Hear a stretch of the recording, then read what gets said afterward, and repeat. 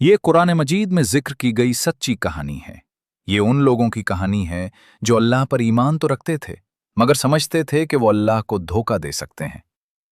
वो इबादत भी करते थे, मगर उनके दिल अल्लाह के खौफ से ज्यादा माल की मोहब्बत से भरे थे। कुछ लोग उनमें नसीहत करते थे, कहते थे ऐसा ना करो, मगर उन्होंने ना सुनी। फिर एक दिन वो अंजाम आ पहुंचा। एक सुबह वो जागे और इंसान ना रहे, सब बंदर बन गए। ये है हजरत दाऊद अलैहिस्सलाम और उनकी कौम का वाकया। कहानी शुरू करने से पहले एक छोटी सी गुजारिश है कि हमारे चैनल दानियाल वॉइस को सब्सक्राइब करें। जब भी हवल कुदस के पहाड़ों पर से गुजर कर आती, लोग उसमें उनकी तिलावत की गूंज महसूस करते। ये आवाज थी हजरत दाऊद अलैहिस्सलाम की, जो जबूर की तिलावत करते थे। हर आयत के साथ पत्थर लरस जाते, परिंदे तक अपने परों को जुम्बिश न देते। उनकी आवाज में एक राज था। वो सिर्फ हुक्म देने वाले बादशाह नहीं थे, इतने आजिज थे कि अपनी जरा खुद अपने हाथों से बनाते। मगर ताकत ऐसी कि अगर जमीन दो हिस्सों में बंटने लगती तो उनके हुक्म पर थम जाती। उसकी बादशाहत सिर्फ अलकुदस तक महदूद न थी, वो दिलों पर भी रिक्रूटमेंट करते थे। उस जमाने में बनी आईआरएस अब भी वो अमानत उठाए हुए थे जो मूसा अलैहिस्सलाम छोड़कर गए थे। मगर वक्त के साथ साथ दिल थकने लगते हैं। जब नेमत बहुत तवील हो जाए तो वो आजमाइश बन जाती है, और उस आजमाइश का नाम था असहाबे सबत। वो लोग अलकुदस से दूर समंदर के किनारे रहते थे, ईसा अलैहिस्सलाम की पैदाइश से तकरीबन 900 साल पहले। कुरान बताता है कि वो दाऊद अलैहिस्सलाम के ज़माने में मूव थे। कहा जाता है कि वो आज के खलीज अक़बा के करीब आबाद थे। मगर असल बात ये नहीं थी कि वो कहाँ रहते थे, असल बात ये थी कि वो कैसे रहते थे। ये हुक्म उन्हें मूसा अलैहिस्सलाम के दौर में दिया गया था। हफ्ते के दिन कोई काम नहीं, कोई मछली पकड़ना नहीं, सिर्फ इबादत, सिर्फ अल्लाह के हुजूर सरे तस्लीम खम करना। ये महज आराम का दिन नहीं था, ये अल्लाह की इताअत का दिन था। बनी इसराइल ने इस हुक्म को कबूल किया था और वादा किया था कि वो इस पर कायम रहेंगे। मगर वादे वक्त के साथ हल्के पड़ जाते हैं और कुछ दिलों से तो बिल्कुल ही गायब हो जाते हैं। रिवायात के मुताबिक ये कबीला एक बड़ी माहीगीर बस्ती थी। उनमें कुछ लोग सच में हफ्ते की तकदीस की हुर्मत का ख्याल रखते थे। मगर बरसों के गुजरने के साथ साथ इस बस्ती के कुछ लोगों ने हफ्ता का दिन बोझ महसूस करना शुरू कर दिया। जब भी वो जाल डालते तो कुछ हाथ ना आता, जब भी वो काम करना चाहते तो हुक्म इलाही उनके रास्ते में आ जाता। फिर एक सुबह समंदर बदल गया। हवा वही थी, लहरें वही थीं, लेकिन समंदर से आने वाली आवाज बदल चुकी थी। मछलियां जैसे आपस में कोई खुफिया मुआहिदा करके आई हों, सिर्फ हफ्ते के दिन जाहिर होने लगीं। उनके छिलके चमक रहे थे, वो जालों के करीब छिलांगे मारती थीं जैसे बुला रही हों, आओ पकड़ लो। मगर उस दिन उनको छूना हराम था, उसी दिन। और यूं आजमाइश का आगाज हुआ। दरअसल कुरान इस वाक़े की तरफ खुद तवज्जो दिलाता है। उनसे इस बस्ती के बारे में पूछो जो समंदर के किनारे थी जब वो सबत के दिन हद से गुजर गए। उन्होंने अपने ज़माने के नबी हज़रत दाऊद अलैहिस्सलाम से वादा किया था कि वो इस हुक्म की पाबंदी करेंगे। वक्त के साथ ये आजमाइश उनके ईमान का सच खोलने लगी। ये वाज़े करने लगी कि कौन अल्लाह के हुक्म पर चलता है और कौन ख्वाहिशात के पीछे चलकर चालें चलता है। हफ्ते के सिवा पूरे हफ्ते मछली पकड़ना हलाल था, सिर्फ एक दिन हराम था, और वो था हफ्ता। शुरू में सब ने इस हुक्म की पाबंदी करने की कोशिश की, मगर हर हफ्ते वही मंजर दोहराया जाता। सूरज निकलने से पहले साहिल पर हरकत शुरू हो जाती। चमकती हुई मछलियों के छिलके पानी के नीचे नजर आने लगते। फिर समंदर मछलियों से भर जाता। 10 नहीं, 100 नहीं, हजारों। वो साहिल के इतने करीब आती कि जैसे हाथ बढ़ाओ और पकड़ लो। पर उनकी तरह उछलती, मुंह खोलती, चमकती, जैसे आसमान से भेजी गई हों। मगर उन्हें पकड़ना हराम था।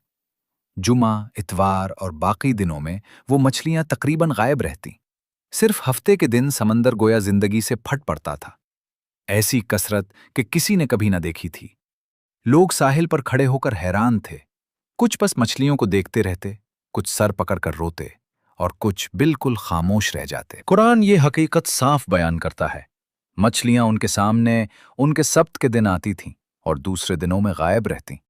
यूं हमने उनको आजमाइश में डाला क्योंकि वो नाफरमान थे। ये आजमाइश थी उनके लिए जो हुक्म का एहतराम करते थे, सब्र की आजमाइश।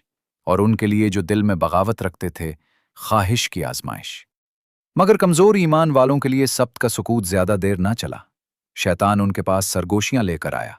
कहने लगा, तुम्हें मछली पकड़ने से नहीं रोका गया, तुम्हें तो सिर्फ उसे खाने से रोका गया है उस दिन।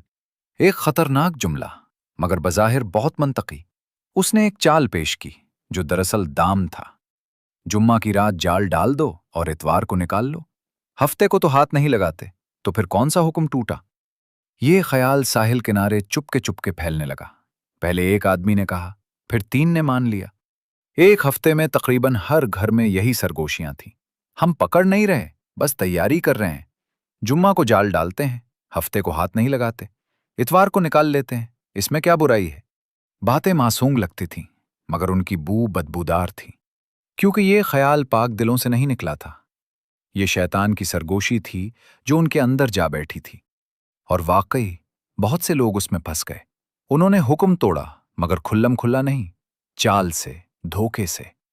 जुम्मा की रात जाल समंदर में फेंक देते, साहिल के साथ साथ मसनूई पानी के तालाब बनाते, जैसे जाले जिनमें मछली फंस जाए। हफ्ते को कोई हाथ नहीं लगाता था, मगर जो साहिल पर आता वो देखता कि सैकड़ों मछलियां जालों में तड़प रही हैं।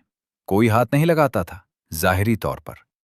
और इतवार की सुबह जाल खींचे जाते, घर मछलियों से भर जाते, बाजार चल पड़ता। तो यूं समझें कि इतवार नया हफ्ता बन गया था। अजीब बात यह थी कि जिन लोगों ने यह काम सबसे पहले किया था, उन्होंने बहुत ज्यादा मुनाफा कमाया। जो मछलियां वो पकड़ते थे, वो अब सिर्फ खाने के लिए नहीं रह गई थीं। वो उन्हें बेच रहे थे और बहुत ज्यादा पैसा कमा रहे थे। वो बहुत जल्द अमीर हो गए, क्योंकि वही वाहिद लोग थे जो हफ्ते के दिन आने वाली बेशुमार मछलियां जमा कर रहे थे। लोग उन्हें होशियार, चालाक और समझदार कहने लगे। दूसरे हसद से उन्हें देखते और फिर उनकी नकल करने लगे। वो बज़ाहिर हफ्ते के दिन के कानून को तोड़ते हुए नजर नहीं आते थे। ज़ाहिरी तौर पर वो फर्माबरदार दिखाई देते थे, लेकिन हकीकत में वो हराम हुक्म को चालों के जरिए तोड़ रहे थे। एक हदीस में इस तरह की धोखादही की सख्त मजम्मत की गई है। नबी सल्लल्लाहु अलैहि वसल्लम ने फरमाया, तुम अल्लाह की हराम चीज को चालों के जरिए हलाल बनाने की कोशिश न करो, जैसे दाऊद अलैहिस्सलाम के जमाने के यहूद ने किया था। लोगों की तकसीम और तंबीहात। अगरचे ये चाल अहले सबत में आम होती जा रही थी, लेकिन कम्युनिटी आहिस्ता आहिस्ता 3 गिरोहों में बंट गई। फासिक, वो जो खुल्लम खुल्ला ये चाल इस्तेमाल करते और हुक्म तोड़ते थे। खामोश रहने वाले, वो जो कुछ नहीं कहते थे और ना किसी को खबरदार करते थे। और मोमिन, वो जो अल्लाह से डरते थे और गुनाहगारों को समझाते थे। मोमिन गुरोह खामोश नहीं रह सकता था। वो गलियों में चलते हुए हर मिलने वाले को खबरदार करते थे। वो कहते थे, तुम अल्लाह के हुक्म को धोखा नहीं दे सकते। तुम मछलियां नहीं पकड़ रहे, तुम अपनी ही रूह पकड़ रहे हो। जो तुम कर रहे हो वो इताअत नहीं, एक खेल है, और अल्लाह खेल पसंद नहीं करता। लेकिन अब तक तो इसमें बहुत ज्यादा मुनाफा था। घर खाने से भरे हुए थे, चेहरों पर मुस्कुराहटें थीं, इसलिए इन तंबीहों का कोई असर ना हुआ। दौलत की मोहब्बत और लज्जत की ख्वाहिश ने उनकी आंखें बंद कर दी थीं। वो भूलने लगे थे कि वो एक बहुत बड़े गुनाह का इर्तिकाब कर रहे हैं। चाहे उन्होंने अपने अमल का नाम बदल दिया था, मगर गुनाह फिर भी गुनाह था। वो वाज़े तौर पर अल्लाह के हुक्म की नाफरमानी कर रहे थे। ये खुली बगावत थी। नासे गुरोह न सिर्फ हराम मछली पकड़ने से दूर रहा, बल्कि उन्होंने खामोश गुरोह को भी खबरदार किया कि बस देखते रहना और चुप रहना भी गलत है। लेकिन कुछ लोग, खास तौर पर वो जो खामोश थे, नासहीन से बहस करने लगे। कुरान उसको यूं बयान करता है। एक गुरोह ने कहा, तुम ऐसे लोगों को नसीहत क्यों करते हो जिन्हें अल्लाह हलाक करने वाला है या सख्त अजाब देने वाला है? ये खामोश गुरोह समझता था कि गुनाहगार कभी नहीं बदलेंगे।